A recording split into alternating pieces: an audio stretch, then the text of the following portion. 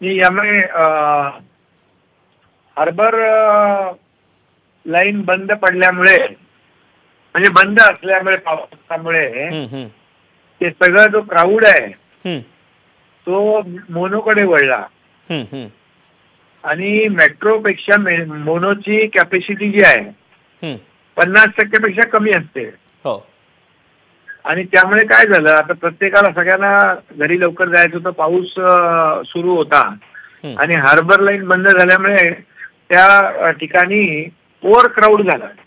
अशी जी प्राथमिक माहिती जी मी घेतली त्याच्यामध्ये ओव्हर क्राऊड झाल्यामुळे ही एका बाजूला थोडीशी मोनोटिल्ट झाली आणि त्याच्यामुळे काय झालं, याचा जो खाली जी इलेक्ट्रिक सप्लाय असतो आणि त्याला कलेक्टर म्हणून असतो तो त्याला म्हणतात, तर ते त्याच्यामुळे तो ही इलेक्ट्रिक सप्लाय केला त्याला. अच्छा. आणि डिस्कनेक्ट झाला कलेक्टर, त्याचा जो कलेक्ट करणारा करंट पास करणारा तो डिस्कनेक्ट झाला आणि त्याच्यामुळे ही मोनोबंद पडली. आता याच्यामध्ये एकच आहे की आता जे काही आता पहिलं जे काही त्याच्यामध्ये फॉल्ट आहे किंवा त्याच्यामध्ये टेक्निकल काय अडचण झाली आहे किंवा कोणाची काही चूक झालेली आहे किंवा काय किंवा जास्ती ओव्हर क्राऊड झाला, हे सगळं आता आपल्याला नंतर सगळं तपासता येईल, मात्र चौकशी होईल, सगळ्या गोष्टी होईल. पण आता सगळ्यात महत्वाचं म्हणजे बचाव कार्य महत्वाचं आहे. आणि म्हणून मी आपल्या अधिकाऱ्यांना देखील सूचना दिल्यात. मी मुंबई महापालिका आयुक्तांशी पण बोललो.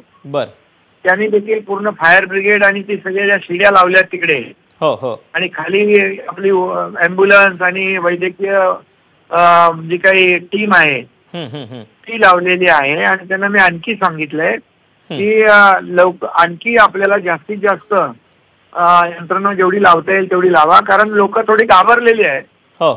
आणि त्यामुळे पण मी स्वतः एका प्रवाशाशी बोललो. पण मी तेच विचारणार होतो तुम्हाला शिंदे साहेब, प्रवाशांनी तुम्हाला फोन केलेला होता, तुम्ही त्यांना धीर देण्याचा प्रयत्न केला, या प्रवाशांचं काय नेमकं म्हणणं होतं, काय त्यांची तक्रार होती?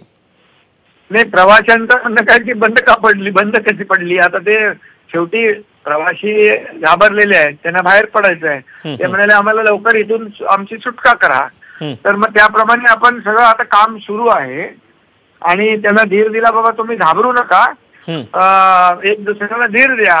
कारण अशा वेळेस कसं घाबरल्यामुळे आणखी दुसरं काहीतरी होईल, पॅनिकनेस वाढेल. आणि म्हणून मी यांना सांगितलंय, गजराणी आपले आयुक्त, की हे सगळ्या प्रवाशांचं मेडिकल करून त्यांना व्यवस्थित त्यांच्या घरापर्यंत सोडा, बीएमसी हे देखील सांगितलंय. आणि त्यामुळे मला वाटतं आता लोक बघा आता ती खाली येत आहेत, बरीचशी लोक खाली आलेली आहेत आणि बाकी सगळं आता पहिलं तर रेस्क्यू करणं, त्यांचं बचाव कार्य करणं युद्ध पातळीवर, याला प्राधान्य दिलेलं आहे. बाकी शिंदे साहेब, आकडा प्रवाशांचा कळू शकलेला आहे का, काही याबद्दलची माहिती मिळाली आहे का? नाही, आकडा म्हणजे बघा आता याच्यामध्ये ह्याच्यामध्ये जवळपास 70-75 लोक असतात होते. आता त्याच्यामध्ये काय झालंय, 70-80 म्हणजे 50-40-50 लोकांच्या जागेवर 70-80 झाले. तर थोडं ओव्हर क्राऊड झालेलं आहे. कारण हार्बर लेन जी आहे ती हार्बर लाईन बंद असल्यामुळे ते सगळे डायव्हर्ट झालेत पेशंट आणि इकडे लोड आलाय त्याचा. आणि मेट्रो सारखं याचं हे नसतं की सिंगल याच्यावर असतं. मेट्रो याला सिंगल एक सपोर्ट असतो आणि दोन्ही बाजूला, म्हणजे मेट्रोला कशी दोन्ही बाजूला 2 चाका असतात, तसं याला एक सिंगल मधून असतं आणि दोन्ही बाजूला सपोर्ट असतो. त्यामुळे हे थोडं मोनोचं वेगळं आहे. परंतु आता आपल्याला त्याच्यामध्ये बाकी सगळ्या गोष्टी होत राहतील, टेक्निकल चौकशा वगैरे. शिंदे साहेब, मात्र असं आहे की आपण दिवसभर पाहिलं तर संपूर्ण मुंबईमध्ये पाऊस धो-धो बरसत होता. आपण देखील जाऊन पाहणी केलेली होती. आता देखील पुन्हा पावसाला सुरुवात झालेली आहे. या अनुषंगानं काही सूचना तुम्ही अधिकच्या महापालिका प्रशासनाला केलेल्या आहेत का? यंत्रणांना तुम्ही तशा सूचना केल्या आहेत का? महापालिका आयुक्तांना तर माझ्याबरोबर ते स्वतः होते आणि बैठक देखील घेतली महापालिकेच्या आयुक्तांच्या बरोबर, अधिकाऱ्यांच्या बरोबर. त्यांना सांगितलं की सगळी यंत्रणा अलर्ट मोडवर ठेवा, पाऊस वाढेल कमी होईल, पण आपली सगळी यंत्रणा पूर्ण की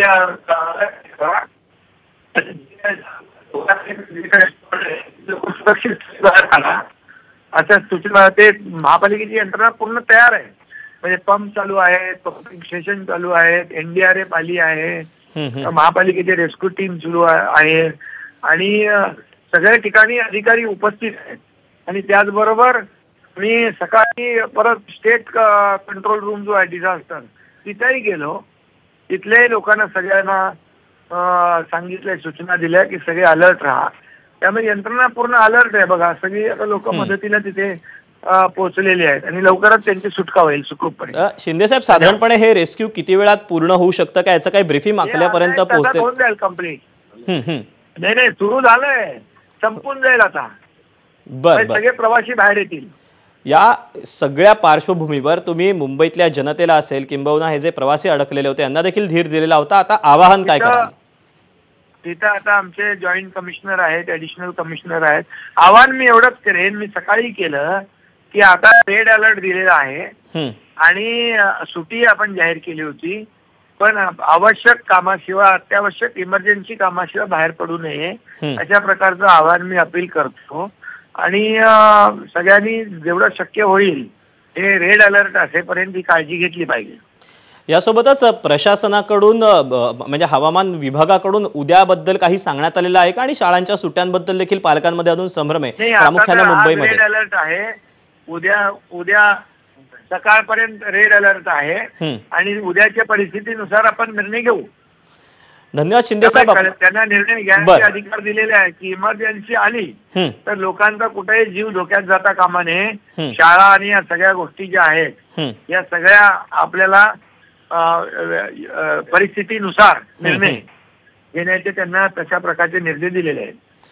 धन्यवाद शिंदेसाहेब आपल्या सविस्तर प्रतिक्रियेबद्दल आणि माहितीबद्दल. तेव्हा उपमुख्यमंत्री एकनाथ शिंदे आपल्या सोबत होते आणि त्यांनी रेस्क्यू ऑपरेशन कशा पद्धतीनं सध्या करण्यात येतंय, काय नेमकं घडलेलं होतं याबद्दलची सविस्तर माहिती एबीपी माझाला दिलेली आहे. काहीतरी टेक्निकल फॉल्ट आलेला होता आणि त्यामुळे ही मोनोरेल बंद पडल्याचं उपमुख्यमंत्री एकनाथ